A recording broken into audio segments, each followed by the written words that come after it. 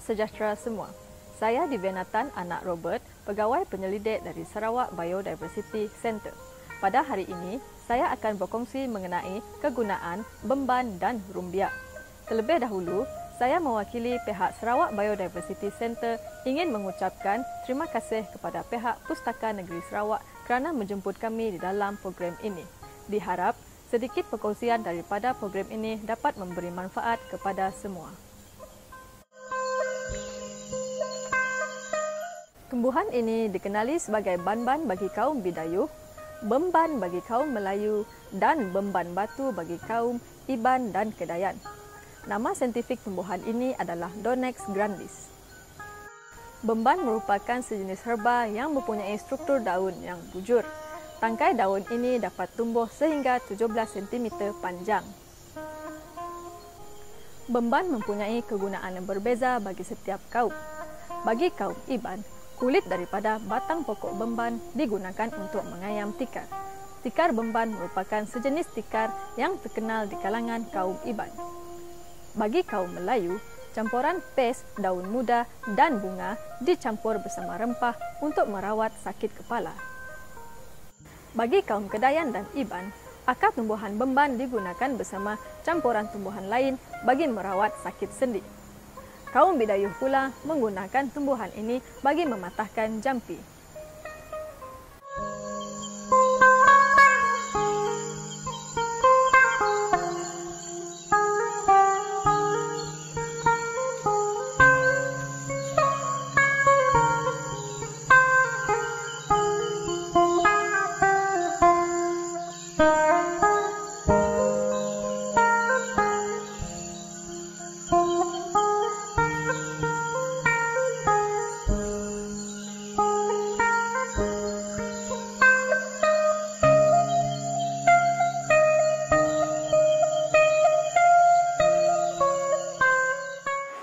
Terdapat spesies bemban lain yang dikenali sebagai lirik, iban, sagu Belanda bagi kaum Selangor dan bemban Lemantak bagi kaum Kedayan.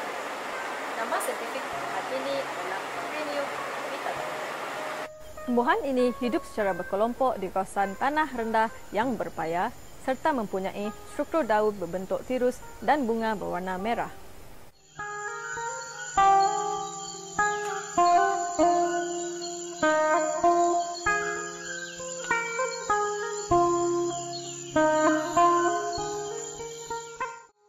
Kaum Iban menggunakan akar pokok ririk untuk merawat simptom kekerapan membuang air kecil yang disebabkan makan jirin secara berlebihan. Bagi kaum Kedayan, jus batang beban digunakan untuk merawat penyakit kayap atau seliut. Manakala akar bemban digunakan bersama campuran 44 jenis tumbuhan lain untuk dijadikan sebagai minuman kesihatan. Bagi orang Ulu, buah bemban dibakar dan ditabur di kawasan tanaman bagi melindungi tanaman padi daripada serangan serangga.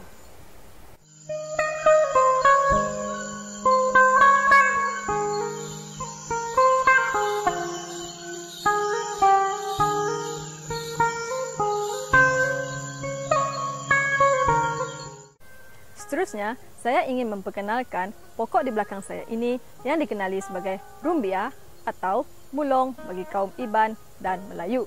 Nama saintifiknya pula adalah Metrosylon sagu. Pokok rumbia dapat hidup sehingga 15 meter tinggi dan didapati tumbuh di kawasan berpayah. Batangnya yang tebal dan tirus mempunyai kandungan kanji yang tinggi, manakala daunnya berstruktur panjang dan buahnya bersisik. Pokok rumbia hanya berbunga sekali sahaja.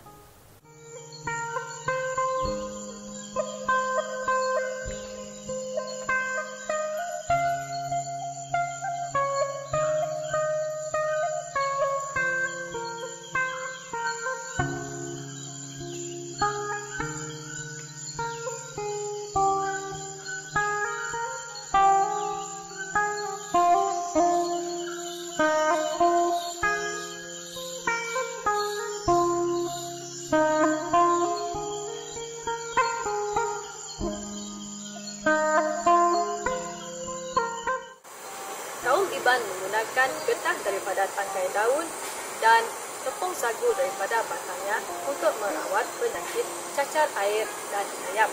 Manakala tepung sagu bersama campuran sedikit air digunakan untuk merawat ulcer di bahagian mulut. Kanji daripada pokok rumbia seakan-akan sama seperti kanji yang didapati daripada jagung, ubi kentang, ubi kayu dan gandum. Ianya juga boleh digunakan untuk membuat pelbagai jenis makanan seperti roti, mi, kek dan sebagainya. Sagu dan tabaloi merupakan dua jenis makanan tradisi Melanau yang diperbuat daripada tepung rumbia. Tepung rumbia boleh digunakan untuk memproses sebok perasa, MSG, glukosa, alkohol, makanan bayi, kertas, tekstil, plastik dan lain-lain.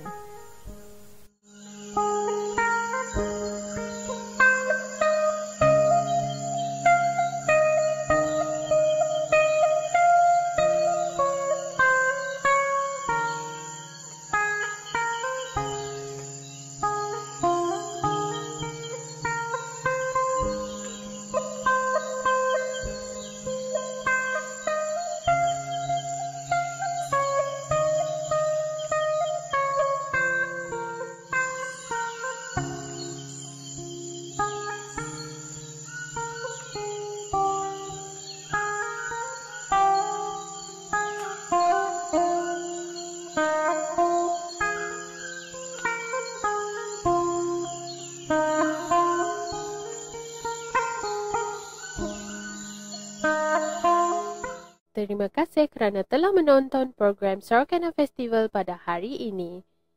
Sertai kami pada esok hari untuk menyaksikan program-program lain yang akan berlangsung sepanjang Sorokana Festival 2021. Layari laman sesawang Sorokana Festival untuk jadual program serta maklumat lanjut. Jangan lupa juga untuk sentiasa mengikuti dan like media sosial rasmi Pustaka Negeri Sarawak di Facebook, YouTube dan Instagram kami untuk mengikuti perkembangan dan pelbagai aktiviti yang akan diadakan.